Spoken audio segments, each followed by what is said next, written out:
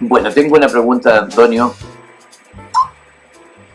una pregunta terrible de Antonio, que me pregunta ¿qué opino del bionato? Podría ser muy diplomático y decirle a Antonio que con mi paciente era imposible aplicar cualquier tipo de aparatos funcionales porque mi paciente era adulta y de esta manera yo podría quedar perfectamente bien, políticamente correcto y no habría ninguna discusión sobre el tema. Pero me está preguntando qué opino del bionato, no me está preguntando qué opino de si le hubiese podido poner el bionato a mi paciente, ¿vale? Durante años utilicé la aparatología funcional, trabajé con Bionator, trabajé con Frankel, trabajé con una serie de aparatos funcionales en busca de soluciones terapéuticas más conservadoras, entre comillas, ¿vale? Y siempre fui bastante riguroso en el control de mi trabajo. Eso quiere decir que desde siempre he hecho una cierta evaluación del trabajo realizado. De modo que, perdonadme, estoy en pleno verano, tengo un aire acondicionado aquí encima para no evaporarme durante esta charla. Estamos en 30 y altos grados en la ciudad de Madrid, por lo tanto el hecho de tener el aire ya pues me genera este tipo de pequeños conflictos con los mocos, ¿vale? Bueno, estábamos hablando del bionato. Antonio, te decía que utilicé durante mucho tiempo el tema de los aparatos funcionales. El Bionator en particular, pues para las clases 2 ya sabes que se hace en base a una mordida constructiva, que es simplemente avanzar la mandíbula y sobre esa cera de avance mandibular se construye el aparato, ¿vale? De esta manera lo que se propone con el Bionator es de alguna manera mejorar, aumentar el crecimiento del cóndilo. Bueno, mi experiencia particular, después de trabajar durante años con los aparatos funcionales y después de haber aprendido a hacer los controles articulares y los controles oclusales, tuve la mala idea de montar en articulador a todos mis pacientes que habían sido tratados con aparatología funcional. Todos, sin ninguna excepción, quedaron en muy mal posición intermaxilar, ¿vale? Es decir, no solo no había habido un avance de la mandíbula, que era para lo que se proponía el Bionator, sino que además había generado un problema de mordida abierta, de modo que a partir de entonces dejé de trabajar con ese tipo de aparatología funcional. Es obvio que, perdonar, ya me conocéis, así que estabais esperando que esto sucediese en cualquier momento. Es obvio que hay aparatología funcional que tiene alguna repercusión sobre los rebordes alveolares. Por ejemplo, el ensanchamiento de los rebordes alveolares se produce principalmente en aquellos aparatos como el Frankel, por ejemplo. Crece el reborde alveolar, se ensancha el reborde alveolar, pero solucionar una clase 2 con aparatos funcionales lo dejé de hacer hace 25 años.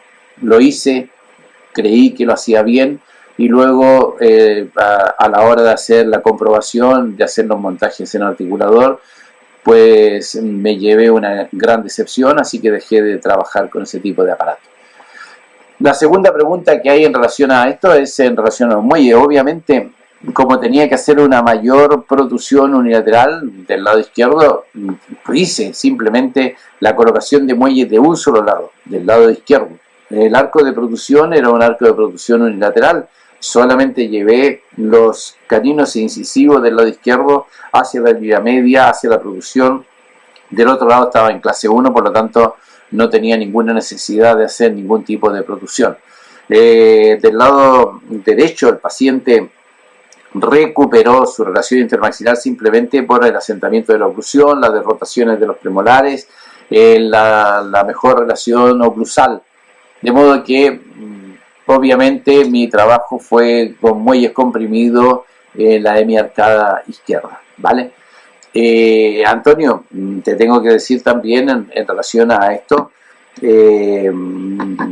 todos nosotros vamos a encontrarnos con la información que tenemos en la bibliografía, ¿vale? Si nos pusiésemos a contar la bibliografía que hay en favor de la aparatología funcional y la bibliografía que hay en contra de la aparatología funcional, probablemente entremos en un empate técnico, ¿vale? Porque hay, para los dos lados, hay bibliografías que apoyan una cuestión u otra. Ahora, desde el punto de vista personal, desde el punto de vista de mi experiencia personal, que he trabajado con la aparatología funcional y que he evaluado a mis pacientes a lo largo de años, porque tengo la suerte de poder evaluar a mis pacientes a lo largo de muchísimos años. Mi casuística es así. Yo lo tengo, mis pacientes no se van de la clínica, mis pacientes quedan en la clínica y los voy controlando permanentemente, incluso hago montajes en articulador a largo plazo y por lo tanto puedo evaluar el resultado. No todo lo que hice con la aparatología funcional fue un auténtico fracaso, de modo que ya no me baso en la bibliografía, porque ya te digo, hay un empate técnico. Me baso en mi experiencia personal y no trabajo con ese tipo de aparatos, ¿vale? Muy bien, ¿tenemos alguna otra pregunta en relación a esta charla de hoy? O a cualquier otra. Espero en cualquier caso que hayáis tenido una buena recepción de la señal. Es bastante incómodo cuando las charlas son un poco disléxicas, un poco intermitentes, por lo tanto espero que esta vez hayamos tenido una buena recepción, una buena señal, una buena llegada. ¿Alguna otra pregunta, estimados colegas? ¿No tenemos ninguna pregunta? Bueno, en cualquier caso, les tengo que agradecer infinitamente la paciencia que habéis tenido hoy conmigo. Los que estamos en Europa estamos sufriendo ya los rigores del verano. Cuando estamos en invierno nos quejamos del invierno, cuando estamos en verano nos quejamos del verano. Pero cada uno en su lugar. Espero que hayáis disfrutado de la charla y que tengamos una buena experiencia profesional, que aprendamos todos los días un poco más y que se nos hagan los trabajos más simples, más eficaces y que nos dé menos trabajo el día a día. Tengo por ahí alguna pregunta. Antonio, está bien. ¿Qué recomienda para la mandíbula retruida? Antonio me pregunta, no sé si todos vosotros tenéis acceso al chat. Antonio pregunta que qué opino yo del crecimiento mandibular con este tipo de aparatología funcional y que qué recomiendo yo para el crecimiento mandibular en mandíbulas pequeñas o retruidas. El crecimiento mandibular, Antonio, está regido por un juego genético hormonal. Hay una genética que deja su impronta en el crecimiento de la mandíbula, por lo tanto, por mucho que yo quiera hacerle cualquier cosa a la mandíbula intentando hacerla crecer, no se va a expresar ese crecimiento porque está regido por la información genética. Por detrás de la mandíbula tengo una articulación con una cápsula que cuando yo la estiro, lo más probable, lo primero que voy a hacer es estirar la cápsula, transformarla en una cápsula laxa y por lo tanto estoy predisponiendo a las cuestiones de los desórdenes articulares. Tenemos que pensar, Antonio, que nosotros tenemos un crecimiento permanente, ¿vale? Permanente. Ya no digo un crecimiento durante la fase de crecimiento del paciente, sino que a lo largo de toda la vida. Para que nosotros podamos mantener la forma y la función, hay una regeneración celular permanente. De modo que, imagínate, por ejemplo, mi cóndilo que está trabajando mientras yo estoy hablando con vosotros. Tengo un permanente desgaste de la cabeza del cóndilo, ¿vale? Y si esa cabeza del cóndilo no tuviese una regeneración permanente, así como la cavidad articular también una regeneración permanente, al cabo de poco tiempo, mi mandíbula, mi rama, se acortaría. De modo que hay un crecimiento permanente para mantener la forma y la función. Si yo a un paciente le saco la mandíbula Vamos a pensar en una rata, o vamos a pensar en un perro, o vamos a pensar en un animal de laboratorio, donde yo le cojo la mandíbula y se la saco, y se la dejo fuera de la cavidad articular. Obviamente, ese crecimiento celular va a continuar, ¿vale? Y cuando yo hago un corte histológico, puedo decir, creció la cabeza del cóndilo, creció la cavidad articular. En realidad, eso no es un crecimiento, ni siquiera hay una maduración de ese crecimiento, porque esa es la renovación permanente para mantener la forma, para mantener la función. Si fuese tan fácil como estirar al paciente para hacerlo crecer, pues podríamos colgar a los pacientes pequeños para que le creciesen los huesos largos, y esto no es posible. De modo que nuestro deseo, nuestra ilusión de hacerle crecer la mandíbula al paciente solamente se queda en eso, en deseo, en ilusión, pero en la práctica no sucede, ¿vale?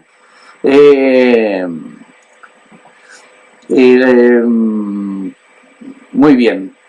Tenemos de Silvia tenemos un comentario que me dice: la mandíbula crece lo que va a crecer. Si tiene unos minutos para la férula que usó profesor con este paciente. ¿A qué te refieres, Silvio? ¿A la férula de programación? ¿Te refieres a la contención permanente? ¿A qué férula te refieres?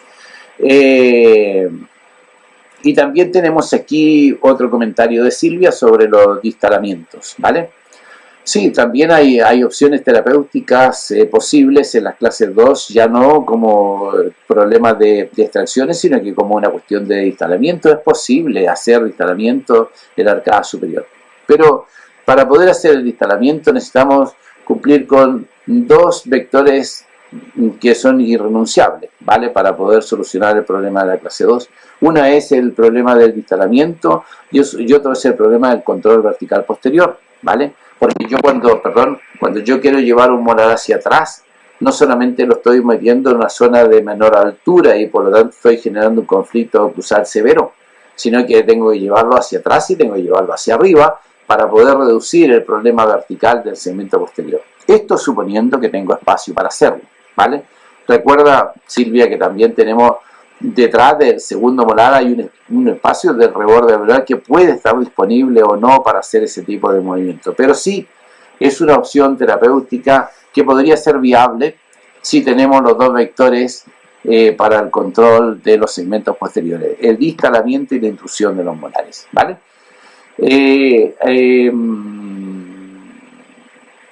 Vale. En relación, Silvio me pregunta en relación a la férula, a la placa de Yarava. Cuando yo termino un tratamiento de ortodoncia, pues tengo varias opciones como para hacer el asentamiento final de la oclusión, ¿vale? Uno de ellos es la placa de Yarava, que simplemente es una placa circunferencial que no tiene ganchos, ¿vale? Que tiene una base de acrílico, un paladar de acrílico y un arco circunferencial, de modo que coloco en relación la oclusión del paciente a lo largo de 6 meses para que los propios planos inclinados de la oclusión permitan que las piezas se vayan acoplando entre sí, ¿vale? Esto es durante los 6 primeros meses antes de hacer cualquier tipo de ajuste oclusal para la finalización del tratamiento de ortodoncia. También he hecho durante muchos años los posicionadores natológicos, es decir, hago el montaje en articulador, el laboratorio me hacía un setup y sobre ese setup construíamos un posicionador de silicona para que el paciente pudiese colocárselo para dormir y de esa manera mejorábamos la relación intermaxilar. Teníamos la limitación en ese caso de la respiración, el paciente tenía bastante dificultad en el uso de ese aparato, principalmente en épocas de invierno, donde cualquier tipo de gripe o de problema de respiración le hacía inviable el uso del posicionador. Ahora estamos trabajando también con los setups virtuales, ¿vale? A propósito de estos alineadores invisibles, donde podemos, al finalizar el tratamiento de ortodoncia, podemos hacer un montaje y hacer un setup virtual para terminar de corregir correctamente cada una de las posiciones dentarias y con el uso de un par de placas superiores y un par de placas inferiores terminar de encajar la oclusión antes del ajuste oclusal, ¿vale? De modo que sí, Silvia, hemos usado posicionadores natológicos Estamos usando ahora en algunos casos posicionadores virtuales con los alineadores invisibles, y también utilizo en algunos casos este tipo de retenedor tipo Yaragat, ¿vale? Todo esto durante 6 meses antes de hacer el ajuste final y liberar al paciente de los problemas de los retenedores. Obviamente me estoy refiriendo a los casos bien terminados, ¿vale? Cuando un caso no queda bien terminado, tendremos que ponerle una contención permanentísima porque va a ser inestable toda la vida, ¿vale? Muy bien. ¿Alguna otra pregunta?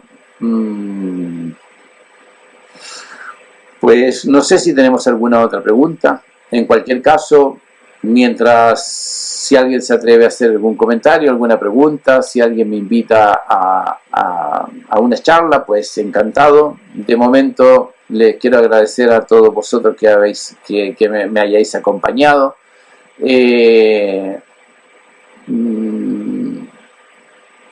Muy bien. Hay un comentario de Polo que me dice que tiene acceso al chat pero no tiene conocimientos para hacer ningún tipo de comentario. La verdad, Polo, es que todos estamos en fase de crecimiento permanente. Es una suerte tener este privilegio de estar toda la vida profesional aprendiendo, porque no llega en ningún momento a hacer esto aburrido. Estamos entretenidos aprendiendo, ¿vale? No te preocupes, puedes hacerme las preguntas que quieras, yo estaré encantado de contestarte lo que pueda. También tus preguntas me ayudan a crecer, me ayudan a pensar, y por lo tanto es un intercambio entre colegas. A aquellos colegas de Sudamérica, les agradezco la compañía. Sé que es una hora complicada, es hora de trabajo. A esta hora en Sudamérica hay que estar trabajando y produciendo. Me habéis acompañado, habéis dejado de trabajar para estar conmigo. A los colegas de Europa, ya estamos en horario de terraza para estar tomándose una cerveza tranquilamente, disfrutando de la temperatura, y sin embargo, según he sabido, hemos tenido una audiencia fantástica. Así que les agradezco muchísimo la compañía, y espero estar con vosotros el próximo jueves con alguna otra charla que intentaré que sea simpática para que todos podamos llevar esta hora con alegría. Ha sido un placer estar con vosotros, y los invito a que estemos en este canal, en esta plataforma de formación continuada, el próximo jueves a la misma hora desde Madrid. Ha sido un placer y muchísimas gracias por vuestra compañía.